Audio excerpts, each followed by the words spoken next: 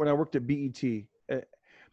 We had a meeting, and this guy was saying how You look like you work at BET. Thank you. I look right exactly. If I had to think BET, you're exactly what I think. That's right. You think I wasn't Darren, I was Darren. Yeah. And yeah, they're like, let me see, we could hire 5 white guys or just one Darren. He takes the place of 5 white guys. Yeah, there you go, dude. You were the white community at BET. Exactly. I mean, and we're back. The one, the only Mr. Sam Tripoli. What's up, bud? How are you? Dude, how many podcasts have you done today? 4. And this is the 5th one? No, this is the 4th. This is the 4th one. The 4th one. Dude, thank you so much for coming on. Here's the thing. You're so good that's why you're in demand. People love to hear you. You make magic happen. I just want to say thank you. You've done my podcast a couple of times, but when I brought it over to YouTube, it went through the roof. You're the reason I'm monetized, and I want you to know that. Anything I can do to help you, brother. Dude, all you had to do was just come on here and be interesting like you are, and it got so many minutes of watch time, and my subscriptions went up, and it was a great conversation, and I just want to say we've known each other for years. And thank you, and it's so nice to be able to work hard. Thank you, and just I was like, wow, just the fact that we can help each other. I remember one time when I worked at BET. We had a meeting, and this guy was saying how you look like you work at BET. Thank you. I look right exactly. If I had to think BET, you're exactly what I think. That's right. You think I wasn't Darren, I was Darren. Yeah. And, yeah. They're like, let me see, we could hire 5 white guys or just one Darren. He takes the place of 5 white guys. There you go, dude. You were the white community at BET. Exactly. I mean, but this guy was talking about collaboration. Did they ever talk diversity at BET? Not when I was there. Where they were like, how are we going to work in gay Asians? Exactly. Nobody worries about diversity except for white people. Right. They're like, how can we get more, we don't have enough albino Mexicans on our show. We need one albino. Are there albino Mexicans? Are there only white and black albinos? Are there like Asian albinos and Mexican albinos? If you know any, leave one in the comments. Let us know. Leave a link. I'm not trying to be racist. I'm trying to be literally do those exist? You know what? Yeah, you're right. I don't know. I've only seen black albinos and white albinos.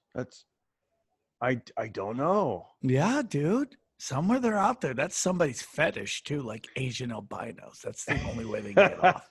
They're like, I found one. Yeah.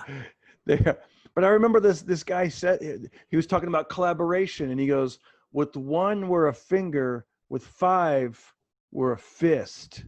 And I'm like, that's great. And that's what it is with podcasting. Like, we can collaborate. It changed the game. Podcasting changed the game. When I don't know what year you started, but I started in like the early 90s, and I really didn't get in till like really what comedy was till I moved to LA. Like, Vegas at the time was very much like just a deserted island. Like, I was like Gilligan's Island. I was just on an island making my own rules, Lord of the Flies comedy style, right?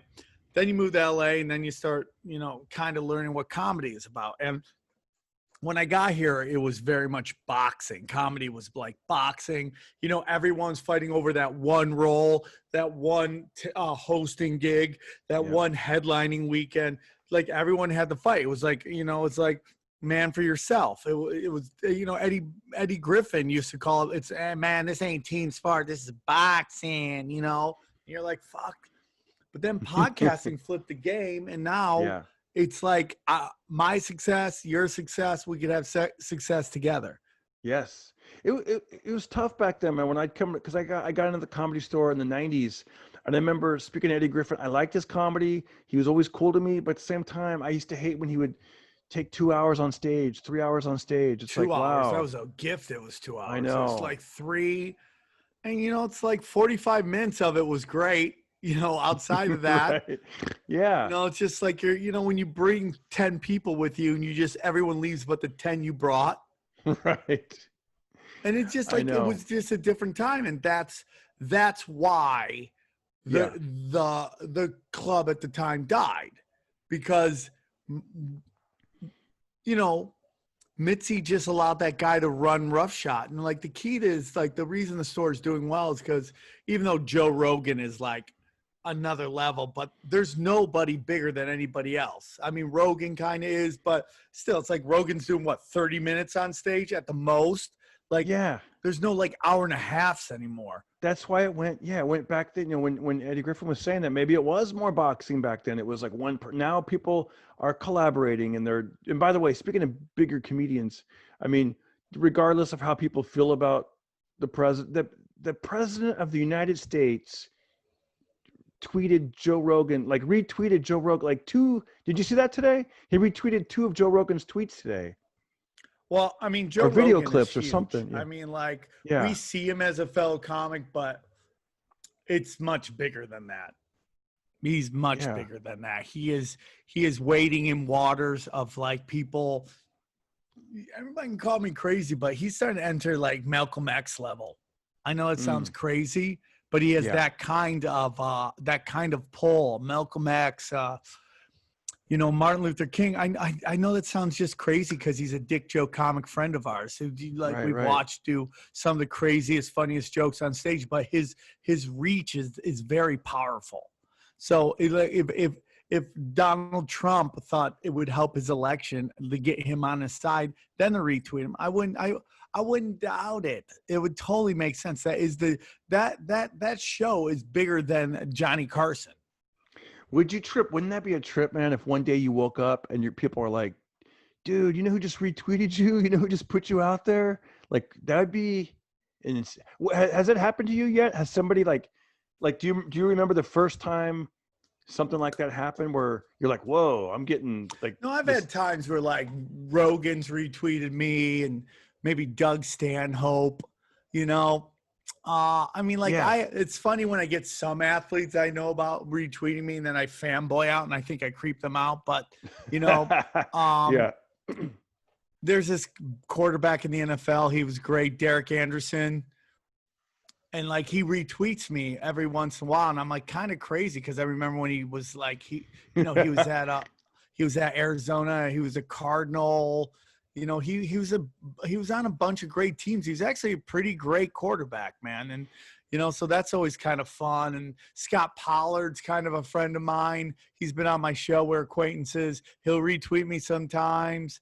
And I think it's great, but I'm like kind of outlawish. I'm a little crazy. I like pull no punches. So some people like to appreciate from afar, but I'm fine with that. Yeah, that's cool.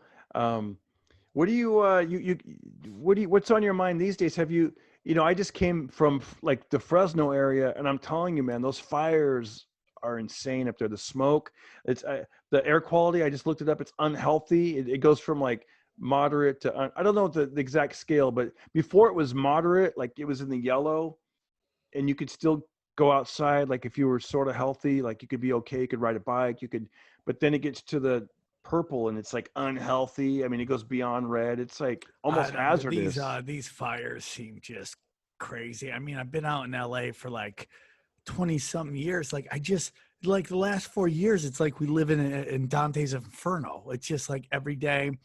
And then there's just a lot of weirdness with them and where they strike and how they strike. And it's just, you know, my whole thing is like, I live in LA. How long are we going to be? What's going to come next? I mean, like how long till Godzilla? That's pretty much it. We were talking about it. Yeah. Where was I talking about? Like, I just don't know what's next. I mean, it's just like, what is that? It's like is it UFOs? And UFOs seem to like anal play, which is very weird, which is something like some people have been talking about. The anus is actually the gateway to your soul. It's like some weird stuff, man. It's like the world's so much more interesting than anybody even knows, dude. Right. And what people really want to focus on is like kind of, do you know what I'm really into right now? I know it's going to sound crazy. I'm into shape-shifting Jesus right now. I've been like, some people have been putting some stuff that Jesus was a shapeshifter. And I don't know. I just, for some reason, that gives me a lot of like happiness. I don't know why. And, you know, organized religion has been demonized for a very long time purposefully because these powerful people don't want us to understand spirituality. So it's like whenever you talk Jesus, people start getting weirded out. And I always love to bring it up because like I'm the last guy that I think would talk about that. I'm not into any kind of organized anything like that. Like I have no desire to go to church. When or you say anything like that. shape shifting, you mean like when he's like the Father, Son, and the Holy Ghost? No, or I'm something talking like that, about, or? hey, look, I'm a car. Bam. I'm an elephant. Bang. I'm a clown. Bam. It's like, Wow. because there's Walking like on water. scripture I where mean, they if you, talk, yeah, he came in yeah, different forms. interesting. Maybe you know what? I want to It's know a more lot more about that. interesting than the shit we were told Yeah, before. I'll tell you that. yeah. And it's just like, to me, it's like the whole thing was that, where we live is pretty interesting, dude. It's like, it's like we're either at the lowest level of heaven or the highest level of hell. And like, therefore, like all these things are battling. And Yeah. I just find it way more interesting, dude. I just find it. And like, basically what happens is that like shape-shifting Jesus is a starseed sent down here to change humanity. And he came down to battle the archons, and the archons are demons. They're low frequency people that were just here to bang our chicks. So basically, like Jesus was trying to cock block some demons from fucking setting up shop because everybody wants to bang Earth chicks. Like that's all they want to do. Like Zeus was like the first like Blake Griffin, like that was the first like interracial Yeah. thing right there. Yeah. Was it Zeus or was it Hercules? One or the other. They were like half god, half mortal. So yeah. So I find that stuff really interesting, dude. Because like I'm just really getting into like Gnosticism and like ancient knowledge. It's just way more interesting shit, and it really does give you hope because you see these patterns across all these different cultures of different times, and they all say the same shit. It's very interesting. Yeah, the other when you said ancient cultures, it reminds me when I was a kid, I used to watch In Search Of with Leonard Nimoy. In Search Of, all that kind of stuff was a little bit interesting. And I'll tell you something wild I did the other day during the pandemic. At my in-laws' house, they have a wall of encyclopedias, and I'm like, you know what? Let me just grab one of these random encyclopedias and just pick it out. And I picked up the P. And I was looking at pyramids, and it was interesting to, I mean, there's so much that I guess I zoned out in school, but there's like pyramids in Egypt, there's pyramids in South America. There's actually, there's so many pyramids, and these pyramids are all, they're on like certain points for this energy grid around the world. They're almost like generators, like, what's it called? Fuck, man, I'm forgetting the words right now. Oh man, like it's solar like power. It's just a grid. It's just a grid, and yeah. they're all on these points of free energy. And like the Egyptians never made the pyramids. They're way older than Egypt. They're insanely old. What happens is like the Mayans, the Egyptians, they come across these giant structures like pyramids, right? And they just move in and they're like, we made these. And everyone's like, really? Like, yeah, we made them. They're like, how'd you do it? It's like, don't worry about it. We just did it. You're like, well, you don't have the technology. Shut up. And then like everyone, and they just kind of make the story up. And then they try to do this old religion that they really don't know anything about, And so at the end of the time, like the fucking Mayans were like sacrificing like hundreds of people a day because they thought that's what the gods wanted. And it's like, they didn't even know what the fuck they were doing. But it's like those pyramids are from many, many moons, many, many, many thousands and thousands of years ago. Do you think you would like to see the pyramids one day? Yeah, I mean, I would like to travel. I just think the world's kind of crazy right now. Or maybe it's not, and it's just crazy on the internet. I don't know. I would like to travel, once I'm a little older and my kids are kind of older, maybe in my 70s, I'll just go see everything. I don't know, man. Yeah. I'm really enjoying being a dad. I'm really enjoying doing nothing. Dude, I'm with you, man. I love being a dad. I love what we're doing now, stuff on the internet, figuring. You're one of the most motivational people. I heard you on the Church of What's Happening Now, and you were like, you're telling comedians and people out there that are listening, you're like, learn how to make $1 on the internet. If you can, and I thought that was so great to say, it's like you make $1 talking, make $1 making something and selling it. It is the new Main Street. And like, dude, there's a way to make money. You just got to figure out what you're good at and how to change, and just, there's a way to make money out there, man. You just got to figure it out. And it's all peer to peer, dude.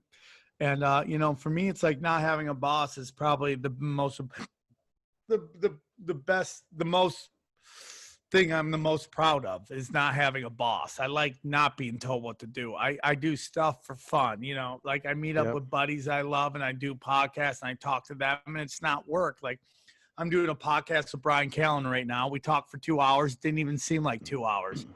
And it's kind of fun because it's a debate show, because he doesn't believe in any conspiracies and I believe in all the conspiracies, you know.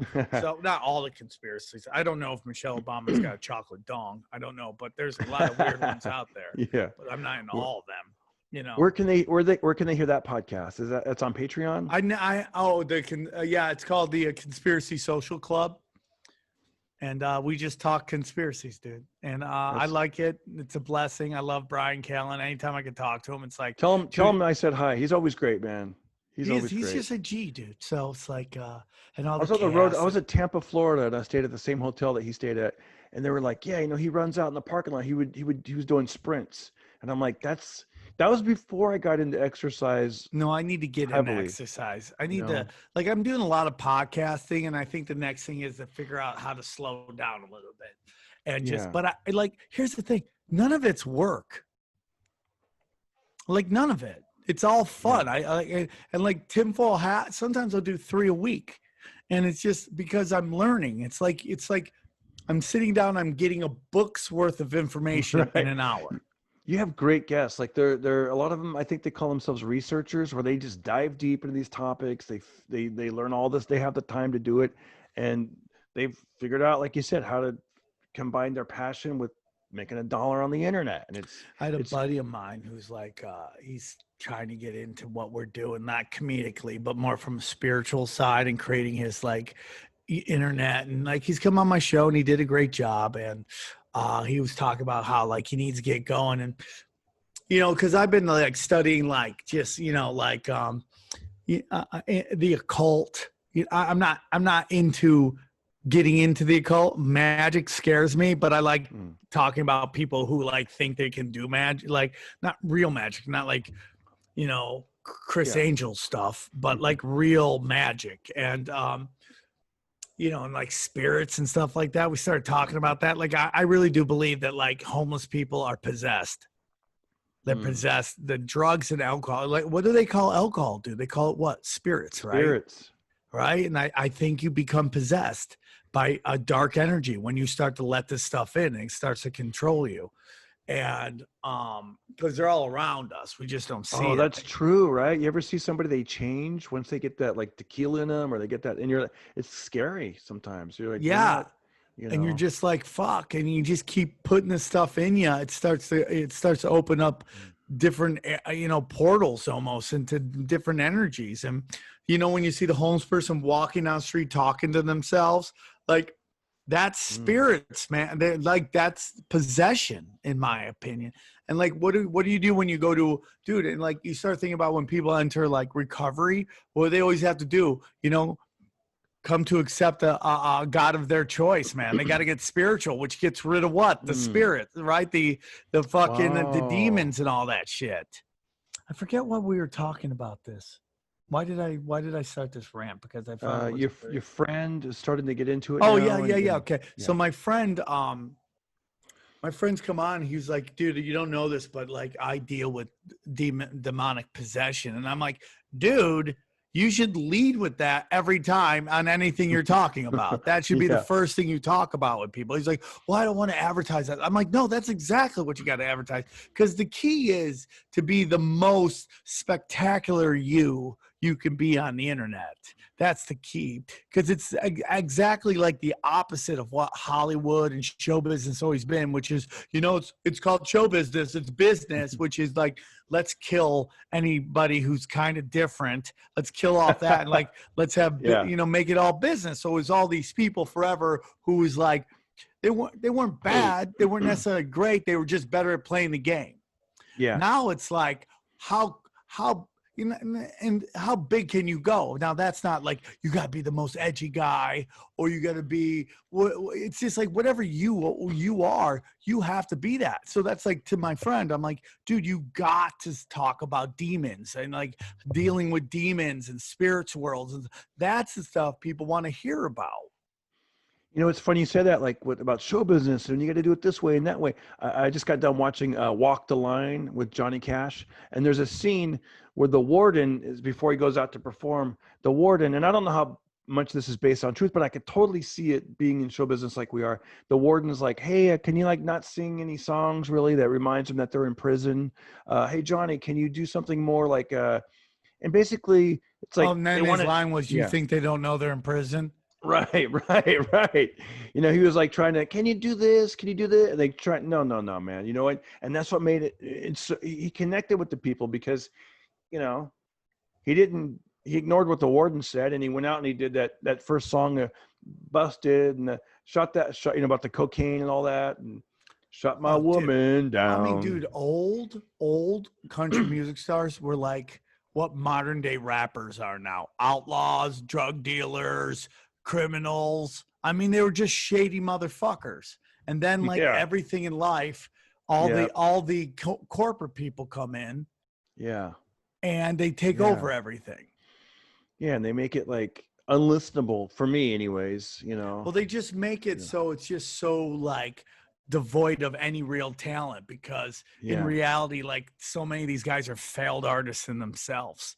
You know, it's like they're going around just like, and so they, you know, it's like they try to create a world that plays to their strengths and outlaws their weaknesses. Like there was a small time where you couldn't tell the difference between the suits and the artists because they looked exactly alike. And that's what they were promoting. And they're like, every movie Judd Apatow did was like, look at this nerd banging this 10. Isn't that cool, ladies? Don't you want that in real life? Wouldn't that be great if nerd dorks bang 10s? And everyone's like, okay, that was cool for like 2 movies. Now it's like every movie you're like trying to say something. Like, you hear that they're putting out the Golden Girls like as an all black I saw cast?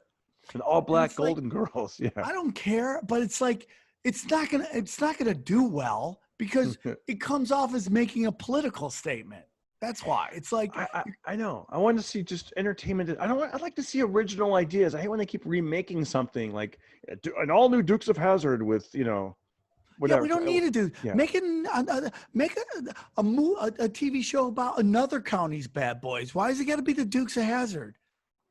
Why can't it be the bad boys of you know, Checkered County or some shit like that? Why is it got to be the same fucking county? I know. Enough of the remakes. And I get it. It's like their franchise. They own it. But it's like, come on, man. Like, well, even like the Karate Kid is such a great idea on Netflix because it was on YouTube. It was great because it's not the same story being told. It's actually a flip of it, which is so brilliant and fun. Yep. Yeah.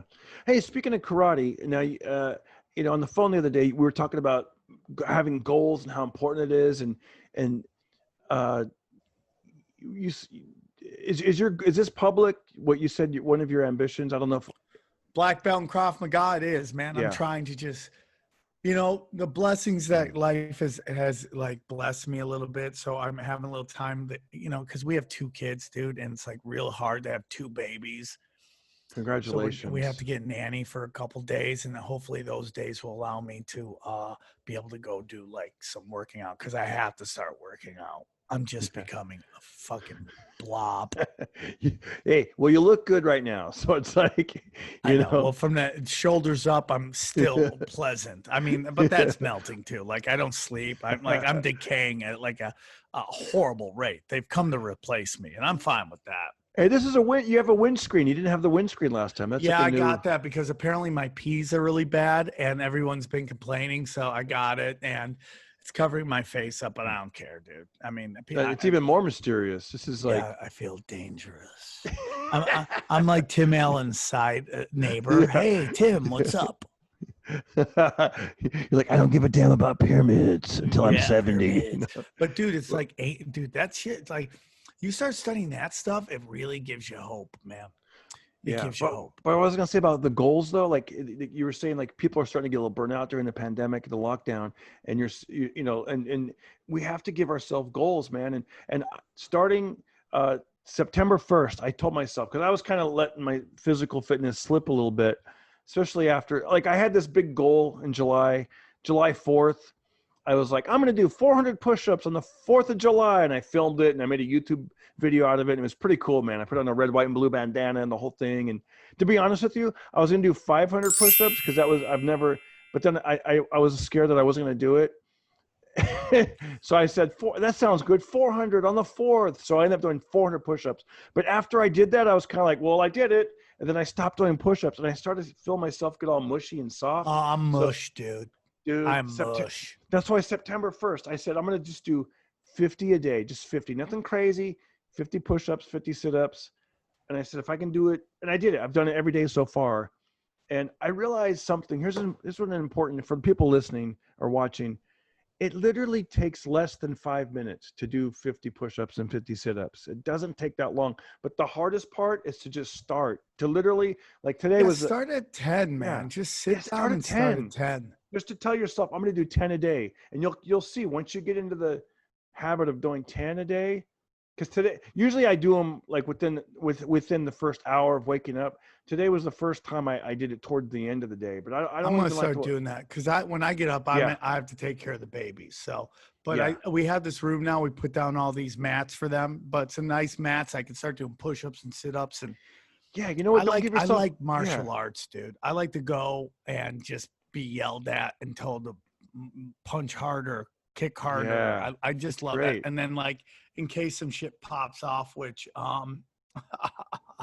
I doubt it ever will, because I'm in my late 40s. Like, if I'm getting in a fight in my late 40s, you know, I'm a real asshole. Like a real idiot only still fights that late. You know, it's like, just go to sleep, dude. Stick a fork in me. I'm done. I saw you break up a fight and calm somebody down once at the Comedy Store. I thought that was really nice that you did that. I saw that. I try to get my Denzel Washington on. You know, my whole theory is like, whenever shit's getting crazy, be Denzel Washington. Yeah, that was good. I remember, you probably don't remember this, but it was, I don't know, 3 years ago. There was something, I don't know. It was where it was half patio, half parking lot, and then you went over there and calmed everything down. It was really cool to see, man. I was like, that's cool, man.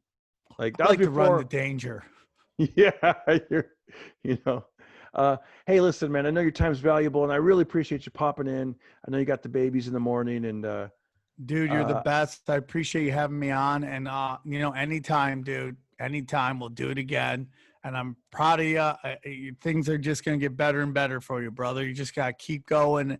Positive energy. People need that in our times now, and it's only gonna get better, brother.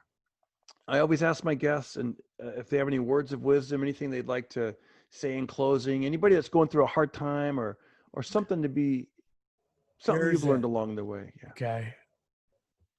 You can change your life in 365 days.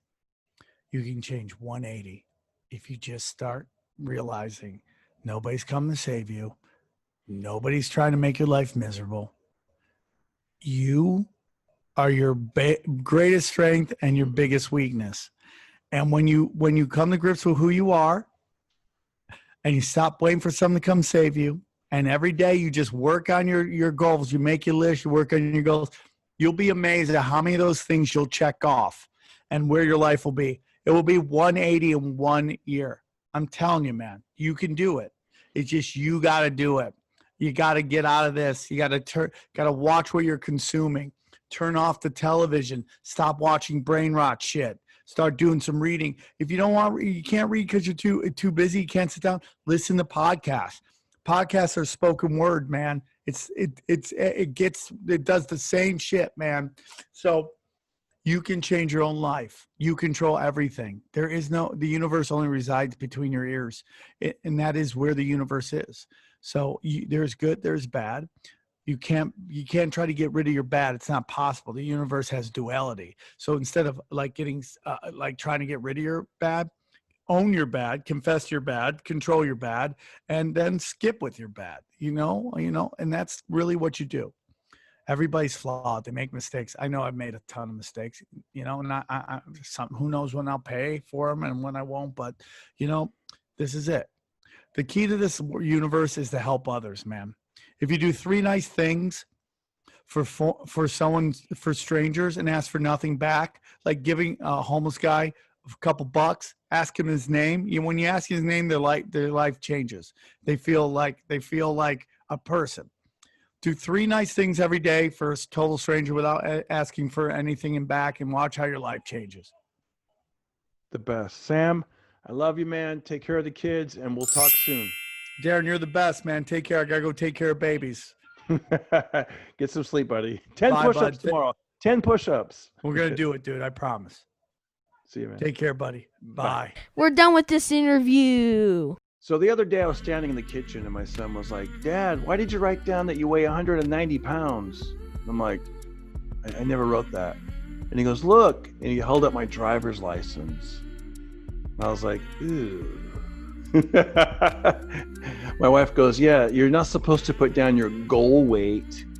You're supposed to put your actual weight. And then she looks at it again and she goes, and did you put your goal height? And I was like, I might have made myself look taller and thinner on my driver's license. And then my son starts breaking out into a song by Roy Orbison. Remember that? He was like, lying to the DMV. Anyways, I want to thank you guys for watching my YouTube video. And if you get a chance, watch one of these and subscribe. All right. Have a great day. Listen to the Pocket Party.